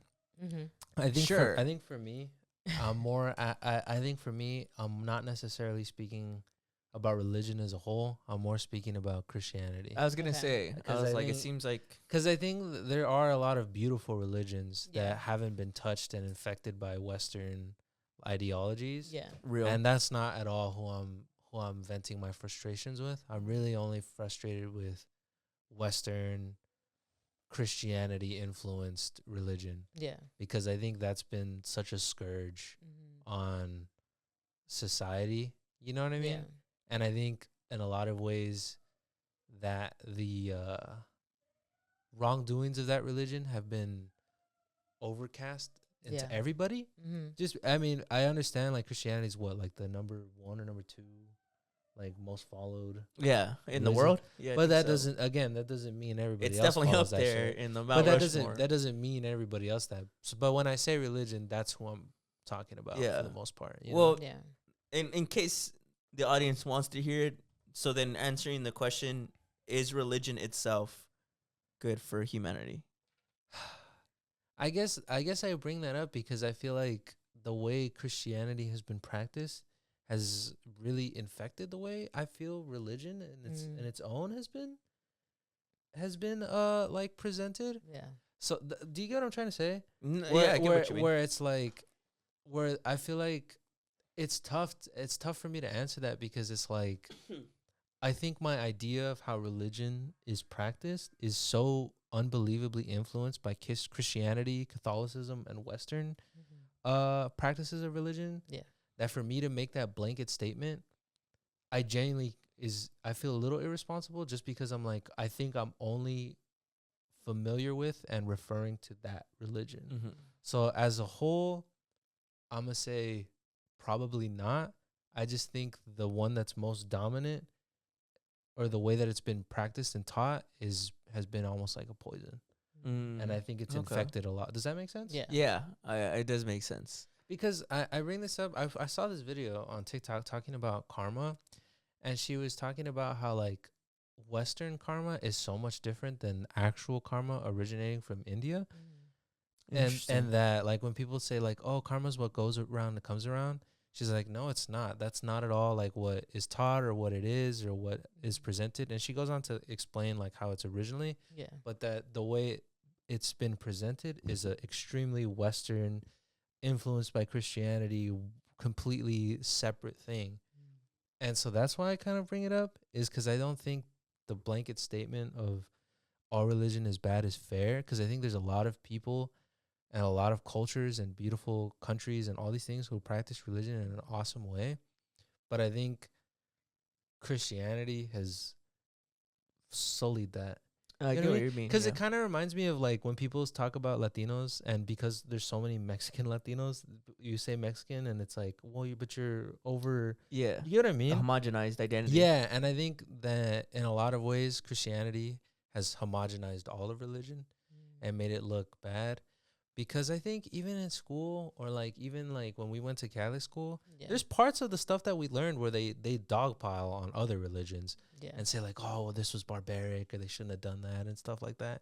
And I can't imagine, or I can see how even slightly, even if it's like a small grain, that's probably still there somewhere in a lot of people, you know, who no, definitely. Well, I'm like, even for me, like my car fucking tire exploded and I was in the middle of nowhere, and I literally was like, I'm not religious at all and I don't believe in God, and I was like, God, please save me, please. You know, like I think it's like it's so embedded in Western like civilization, it's kind of hard not to, as like even saying oh my God, or even saying like God damn it, it's on our money. Like, God we trust. You know, it's like it's so embedded in you, it's hard like, not to. I think also like just and then the backgrounds of our cultures, how it was forced upon, like, you know, our ancestors and our, you know, and all that stuff. I think it's, 100%. you know what I mean? So I think again, like to community note our question, or and to community note my response.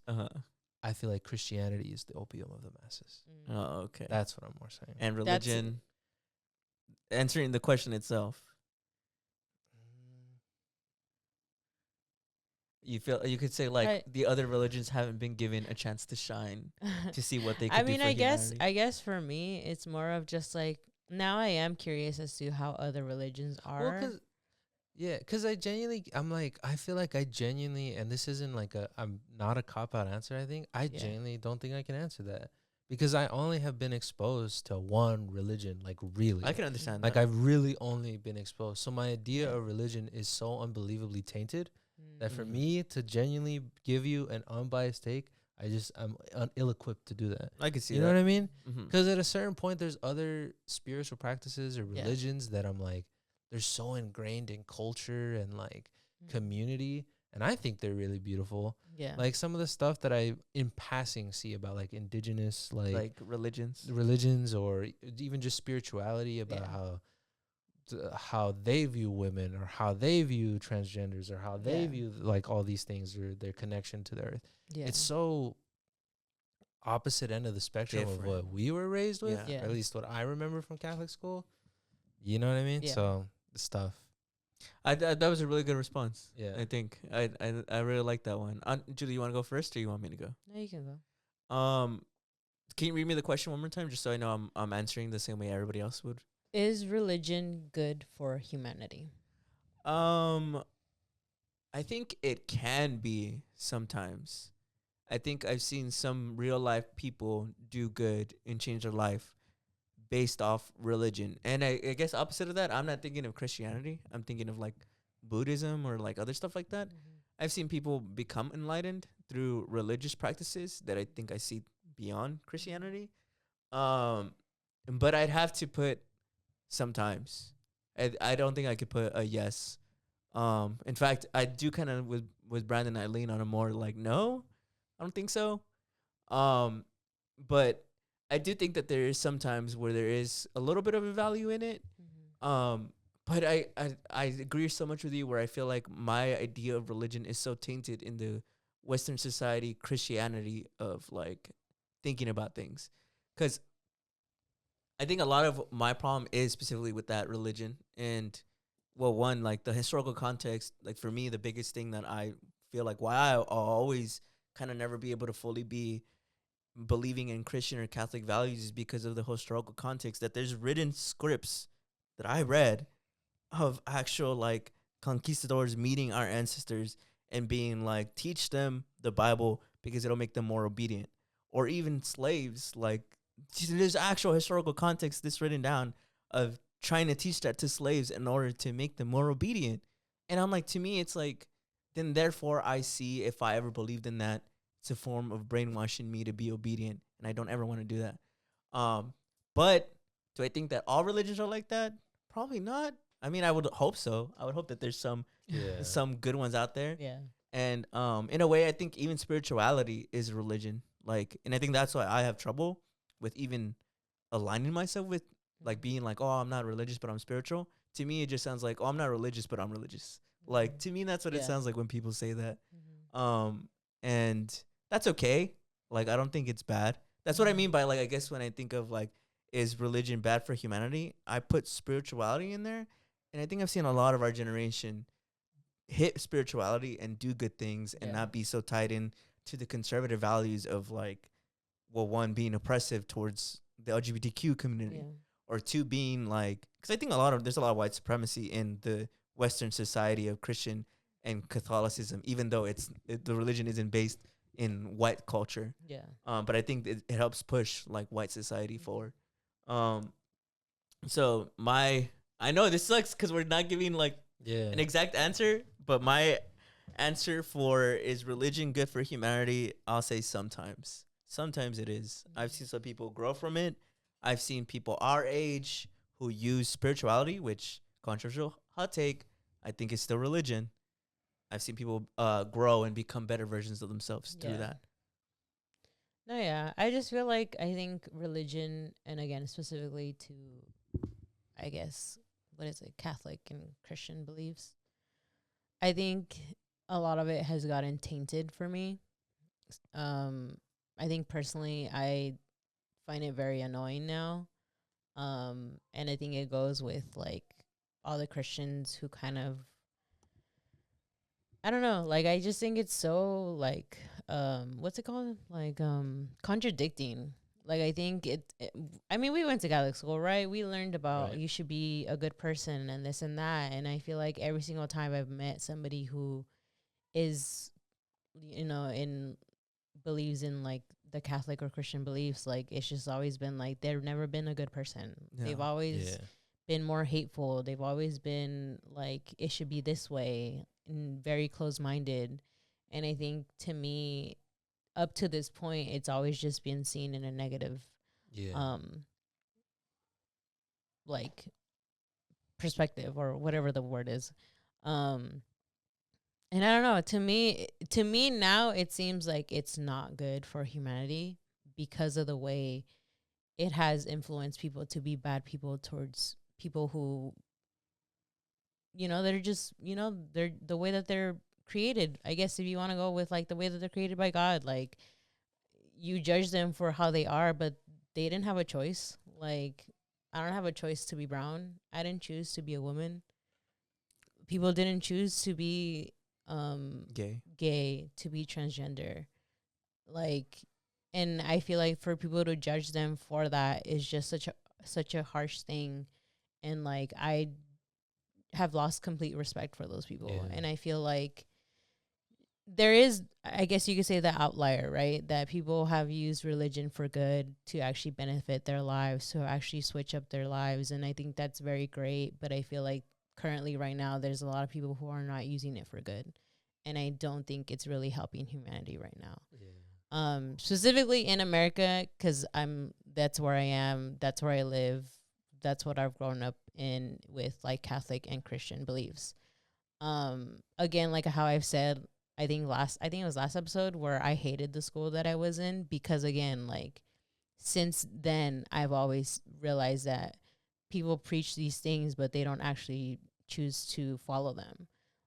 They don't really choose to do anything about it besides like tell you that you're a bad kid for what you're doing, and God is not going to forgive you for that, or that you're going to go to hell for the things that you're going to do. Like, I've always just seen more the negative side of it than the actual good. And so that's like, to me, and up until now, currently, right, with like all the beliefs about like abortion and like marriage and how it should be, like currently right now, it's not being a good thing for humanity. Like, I think it's being very regressive. I think that there is still this very closed-minded thing about it. Yeah. Again, like with the whole, like, there's other cultures who have different things, and I think that's very beautiful. I don't really know much about it, so I can't really like speak on it, on what other people believe and what they practice. But just again, speaking on like Catholicism and Christianity, I think that's all I can say about it, is that I feel like it's not leading us to anywhere good right now. Just because of everything that it's influencing, especially in the government. Like, I don't think it's good, and I don't really appreciate it. Like, I don't really like the fact that, like, even all the things that are still currently happening and people are like, we should send prayers to them. I'm like, I don't think that does anything. Like, that really isn't doing anything. That doesn't make me feel better. Like, and I think it's in the same way of, like, me being a hater. I guess I'm being a hater to God. And if he is real, I don't know. This is what your people are doing to me. But I just feel like it's just so annoying. Like, I just feel like I find it so annoying because I'm just like, it's not doing anything. Like, it to me, it's just making me show that, like, you really don't care about these things. You rather would just be like, oh, God will fix it. Like, you literally have a voice. You literally can walk and go do something. Like, you're a singer, you have a voice. Like, you're a writer, like, say something. Like, you can literally speak to people. Like, do that instead. And I feel like, I think that's where, like, my anger comes from, when they're like, oh no, like, God will fix it. I'm like, no, like, he's not. We need to fix it. Like, we need to do something. Like, and I think that's why, to me, again, like, it just doesn't feel good right now. Is what I would say. Yeah. So to answer the question, is it good for humanity? No. Okay. I would say no, personally, for me. And that's, again, speaking on, like, Catholic and Christianity, because that's what I've kind of grown up on. Well, because, like, if you think about it, too, it's, like, all the stuff we're describing about, like, oppressiveness or, like, forcing it on other people, or, like, cultural appropriation or racism, homophobia, we're all talking about Christian things. Like, that's, like, I'm not, like, everything we're referring to is, like, a Christian-driven issue in America. Yeah. And that's why I'm like, I can't, like, it's so tainted. Yeah, like, I get you. Because, like, if you think about, like, if you picture in your head a crazy religious person, you think of a Christian. Like, you're thinking of a Christian. Yeah. Like a Bible thumper, a Jesus freak. Mm-hmm. Like, you know, you're not, like, and any other negative connotation of a religion is usually extremely racist and driven by Christian propaganda. Yeah, totally. White Christian propaganda, you know? So I think that's why I'm like, it's kind of a loaded question, and not loaded, but it's more like, I think a lot of people are mostly focusing on Christianity. Mm-hmm. And I think that's why, that community note is important. Yeah. No, yeah, I agree. No, yeah.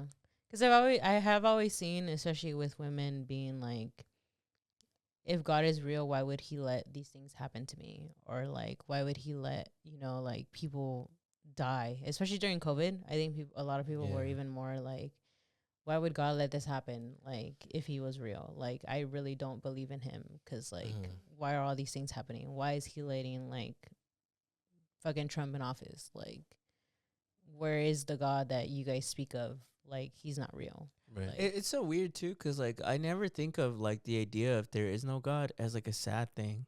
Like I think that's genuinely like propaganda that like the Christian church tries to teach people. yeah. That's like the most horrifying thing. Like if God isn't real, like oh my God, I think it's so fucking. It would be so fucking cool if there's no God.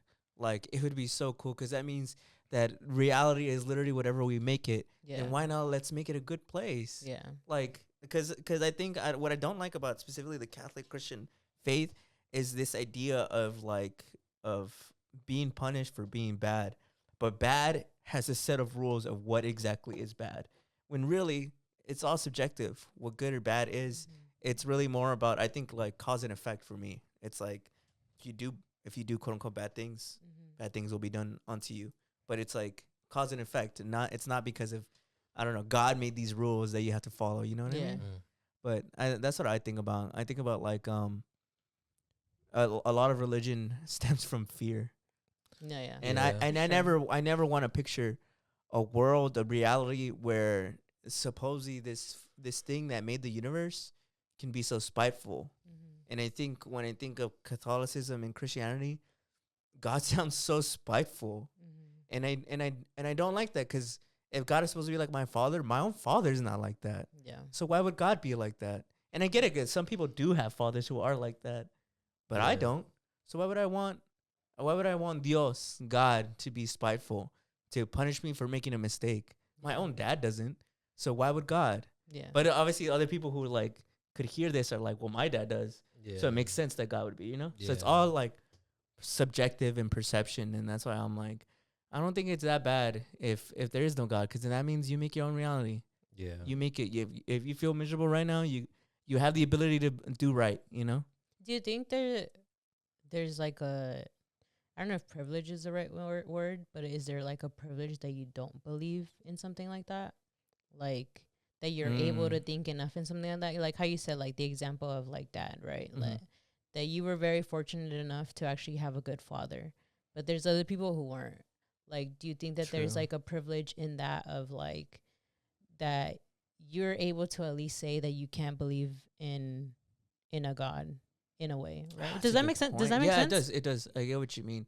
Cause like I think that's when I think of reform, like people who have like done terrible things in their past and then like become born again Christians, a lot of them had very terrible parental figures in their life. And so the idea of like God being all loving is very welcoming, right? Because I'm talking about the bad thing, because I'm thinking of like Old Testament things, or even like the fact that God allows suffering in modern day. But for people who've had extremely shitty dads, to them that's actually fair. That's justice. Yeah, that's very level headed. A role model that I never seen in my life. So I guess to your point, yeah, probably I think I am privileged in being able to be. I don't want to use the word atheist because I don't fully know what atheism means. yeah.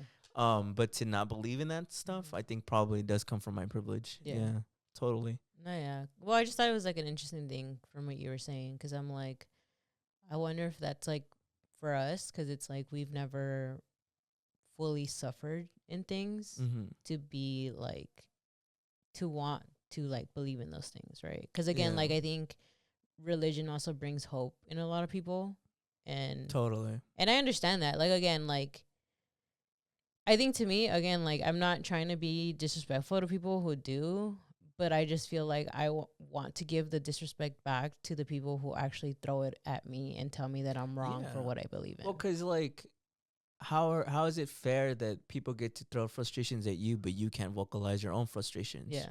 Right? Because I don't think it's hatred towards religion. Like, I don't think it's hatred towards Christianity, what you're saying.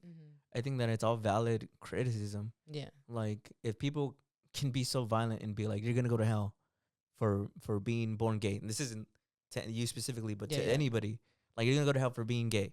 You're gonna go to hell for A, B, and C, and you being like, that's kind of fucked up, no? And then being like, wow, why are you gonna hate on my religion? You're gonna discriminate against me. That's so fucked up. It's like, dude, so this is just a one-way ship. Like, only you're allowed to criticize me all fucking day, but I can't criticize your religion. I'm not hating on you. I'm not wishing death on you. But I think that it's about time that we give back the same energy, you know? Yeah. So, this is just to your point of like, I don't think you're hating at all. I think that's completely valid frustrations that you can always vocalize. I agree. But this is a really good convo, guys. Yeah. Brandon, you have anything else to add on? You left it all out there, man. You left it all on the court. But I did want to show people who responded to our question of the week. Which was what superstitions do you believe in? And I'll tell you guys what people said. Cutting your hair on the full moon to make it grow fuller and faster. That's cool. I didn't know about that. Wow, that's cool. Putting your purse on the ground is bad luck, and you'll lose money. I think get that shit snatched, more likely. Yeah, I think I did hear about that. So I don't really ever. I also don't put my purse on the ground because I heard that it was bad luck. Oh, really? Yeah. Another one was don't split the pole. Real. Another one was when owls show/land near your home, it's usually a death in the family. Whoa. Another one was if I break a mirror, I'll have 7 years of bad luck. And then somebody was like, Friday 13, haha, I don't know, it's like a good luck day, smiley face. And then somebody said, step on a crack, you'll break your mama's back. I like them. Very cool, very cool. Shout out to you guys. Filling that out. But yeah. And also shout out to all our patrons. Shout out to Yoel, Eli Quintero, Stephen Carvajal, and Diana Laura. Your patronage is always appreciated. Thank if you, anybody out there ever wants to join the Patreon, our link is always in the description. We really appreciate everybody for tuning into this episode. And we'll see you guys next week. Bye. Bye.